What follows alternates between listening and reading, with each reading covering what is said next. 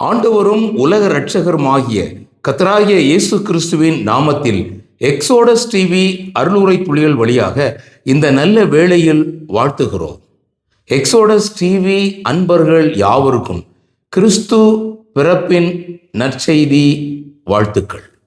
தம்முடைய பிள்ளையாகிய இயேசு முதல் இயேசு கிறிஸ்து என்னும் ஒரே மனுஷன் வரை நாம் சிந்திப்போம்.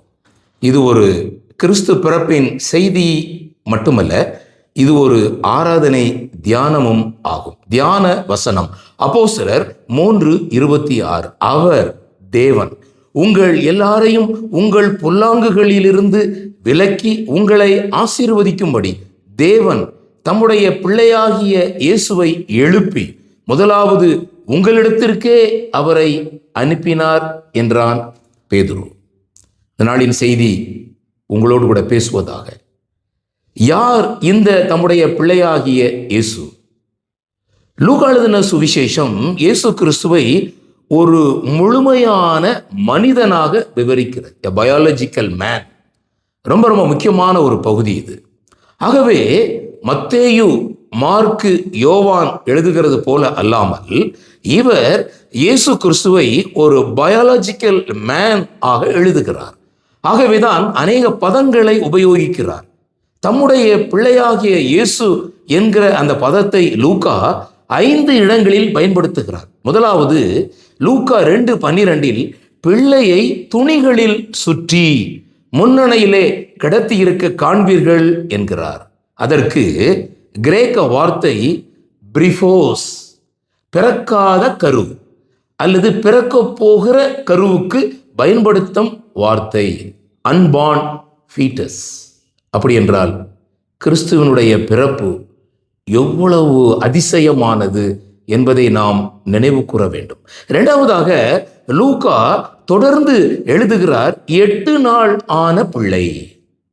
முதலாவது பிறக்க போகிற குழந்தைக்கு பிரிஃபோஸ் என்ற வார்த்தை பயன்படுத்தப்படுகிறது.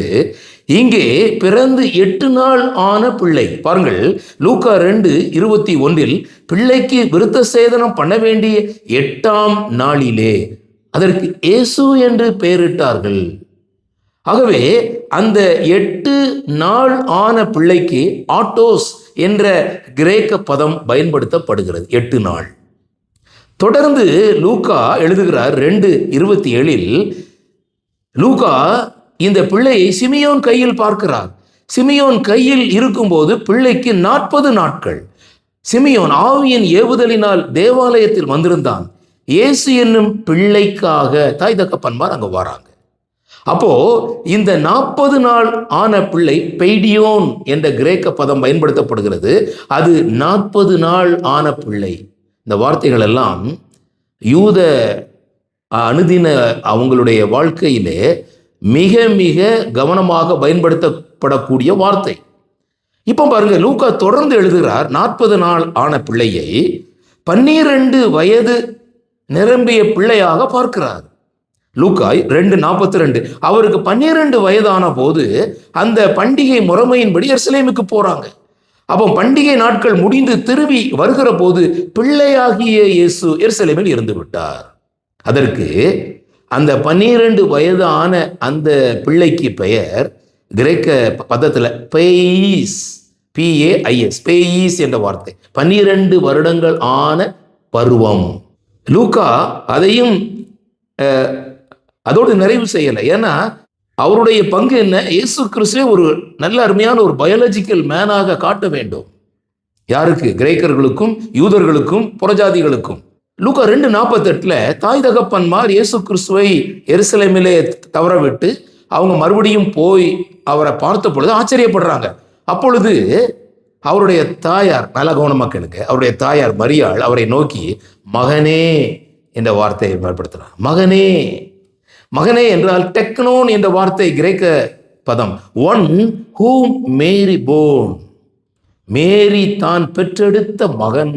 மகனே என்ற வார்த்தையை பயன்படுத்துகிறார். ஆச்சரியமான ஒரு பகுதி. ஆண்டவருக்கு 12 வயது, பிள்ளை என்று சொல்லிவிட்டு மகன் என்று அவர் கூறுகிறார். தொடர்ந்து அந்த 12 வயதுல இருந்து 21 வருடங்களுக்கு பின்பு லூக்கா மறுபடியும் இயேசு கிறிஸ்துவை சிலுவையில் பார்க்கிறார். இதுதான் இன்றைக்கு நாம் சிந்திக்கக்கூடிய ஒரு வசனம். லூக்கா 23:41 நாமோ நியாயப்படி தண்டிக்கப்படுகிறோம். கள்ளன் சொல்றாரு, நாம் நடப்பித்தவைகளுக்கு தக்க பலனை அடையும். இவரோ தகாததொன்றையும் நடப்பிக்கவில்லை. இவரோ, இந்த வார்த்தை இவரோ என்ற வார்த்தை, திஸ் மேன் என்ற வார்த்தை, திஸ் மேன் என்றால் அர்த்தம் முழுமையான மாம்சத்தில் இருப்பவர்.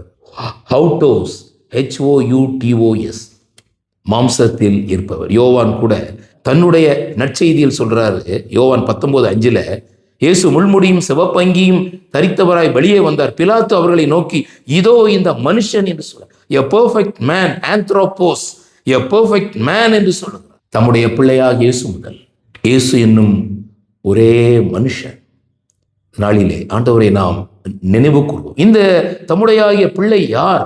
இந்த பிள்ளை வேதம் என்ன சொல்கிறது? இவர் தேவன், வல்லமை உள்ள தேவன். நமக்கு ஒரு பாலகன் பிறந்தார், நமக்கு ஒரு குமாரன் கொடுக்கப்பட்டார், கர்த்தத்துவம் அவர் தோளின் மேல் இருக்கும், அவன் நாமம் அதிசயமானவர், ஆலோசனை கர்த்தர், வல்லமை உள்ள தேவன், நித்திய பிதா என்று சொல்லுகிறார்.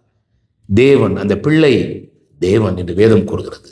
மாத்திரமல்ல, அந்த பிள்ளை தொழுது கொள்ள தகுதியானவர். எபிரேயர் 1:6 தமது முதற்பேரானவரை உலகத்தில் பிரவேசிக்க செய்த போது தேவதூதர்கள் யாவரும் அவரை தொழுது கொள்ள கடவர்கள். தொடர்ந்து இந்த பிள்ளை திட்டமாய் அறிந்து பணிந்து கொள்ளப்பட வேண்டிய ஒரு பிள்ளை என்பதை மத்தேயு 2:8 வாசிக்கிறோம். நீங்கள் போய் பிள்ளையை குறித்து திட்டமாய் விசாரியுங்கள், நான் வந்து பணிந்து கொள்வேன் என்று கூறுகிறார். மாத்திரமல்ல, இந்த பிள்ளை காணிக்கைகளை ஏற்றுக்கொள்ள தகுதியான ஒரு பிள்ளை. சாஸ்திரிகள் வந்து பொக்கிஷங்களை திறந்து பொன், தூபவர்க்கம், வெள்ளை போலும். பொன் இயேசு கிறிஸ்துனுடைய ராஜரீகத்தை காட்டுகிறது, தூபவர்க்கம் இயேசு கிறிஸ்துனுடைய ஆசாரியத்துவத்தை காட்டுகிறது, வெள்ளை போலம் இயேசு கிறிஸ்துனுடைய மரணத்தை காட்டுகிறது. மாத்திரமல்ல, லூக்கா எழுதுகிறார், இன்று கர்த்தராகிய கிறிஸ்து என்னும் இரட்சகர் உங்களுக்கு தாவீதின் ஊரில் பிறந்திருக்கிறார். பிள்ளையை துணிகளில் சுற்றி, அது என்ன துணி? ஸ்வாட்லிங் கிளாத், பஸ்கா ஆட்டுக்குட்டியை சுற்றி வைக்கும் துணி. ஆகவே இவரே பஸ்காவாகிய ஆட்டுக்குட்டியானவர். இதுதான் உங்களுக்கு அடையாளம். அப்போஸ்தலர் நடவடிக்கைகளுக்கு வரும்போது பேதுரு எழுதுறாரு. பேதுரு அப்போஸ்தலர் 4:28 ஏரோதும் பொந்தியு பிலாத்தும் புறஜாதிகளோடும் இஸ்ரவேல் ஜனங்களோடும் கூட நீர் அபிஷேகம் பண்ணின உம்முடைய பரிசுத்த பிள்ளைக்கு விரோதமாக கூட்டம் கூடி அவரை கொலைக்க நியமித்தார்கள். நீர் அபிஷேகம் பண்ணின உம்முடைய பரிசுத்தமாகிய பிள்ளை. தொடர்ந்து பேதுரு சொல்றாரு, அப்போஸ்தலர் 4:30 உம்முடைய பரிசுத்த பிள்ளையாகிய இயேசுவின் நாமத்தினாலே அடையாளங்களும் அற்புதங்களும் நடக்கும்படி செய்து பிணியாளிகள் குணமாக்கப்பட்ட ஒரு சம்பவத்தை அவர் கூறுகிறார். எல்லாவற்றுக்கும் மேலாக இந்த பிள்ளை மரித்தது, பாடுபட்டது. வேதம் சொல்லுகிறது, ரோமர் 4:25 அவர் நம்முடைய பாவங்களுக்காக ஒப்பு கொடுக்கப்பட்டும் நாம் நீதிமான்களாக்கப்படுவதற்காக எழுப்பப்பட்டும் இருக்கிறார். இது ஒரு அருமையான ஒரு வசனம். ஆனா பேதுரு என்ன சொல்றாரு பாருங்க, அப்போஸ்தலர் 3:26 அவர் உங்கள் எல்லாரையும் உங்கள் பொல்லாங்குகளில் இருந்து விலக்கி உங்களை ஆசீர்வதிக்கும்படி தேவன் தம்முடைய பிள்ளையாகிய இயேசுவை எழுப்பினார், முதலாவது உங்களிடத்திற்கே அனுப்பினார். என்னை கேட்டுக்கொண்டிருக்கிற அருமையான சகோதர சகோதரிகளே, நீங்கள் யாராக இருந்தாலும் சரி, ஆராதனைக்கு ஆயத்தமானவர்களானாலும் சரி, அல்லது இன்னும் ரட்சிப்பை பெற்றுக்கொள்ளாதவர்களானாலும் சரி, மரணத்தை தம்முடைய மரணத்தினாலே அளித்த பிள்ளையாகிய இயேசு, பிள்ளைகள் மாம்சத்தையும் இரத்தத்தையும் உடையவர்களாக இருக்க அவரும் அவர்களைப் போல மாம்சத்தையும் இரத்தத்தையும் உடையவரானார். என்ன அருமையான ஒரு வசனம் பாருங்க. மரணத்துக்கு அதிகாரியான பிசாசானவனை தமது மரணத்தினாலே அழித்தார். ஜீவகாலம் எல்லாம் மரண பயத்தின் அடிமைத்தனத்திற்குள்ளார இருந்த எல்லாரையும் விடுதலை பண்ணும்படிக்கு அப்படியானார்.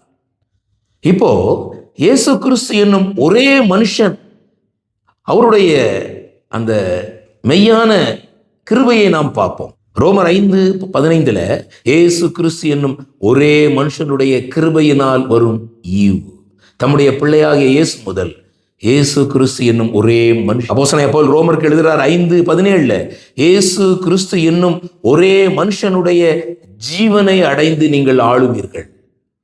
என்னை கேட்டுக்கொண்டிருக்கிற அருமையானவர்களே, 1 கொரிந்தியர் 8:6 இயேசு கிறிஸ்து என்னும் ஒரே கர்த்தர் நமக்கு இருக்கிறார். அவர் மூலமாய் சகலமும் உண்டாயிருக்கிறது, நாமும் அவர் மூலமாய் உண்டாயிருக்கிறோம். இயேசு கிறிஸ்து என்னும் இரட்சகர் மறுபடியும் வரப்போகிறார்.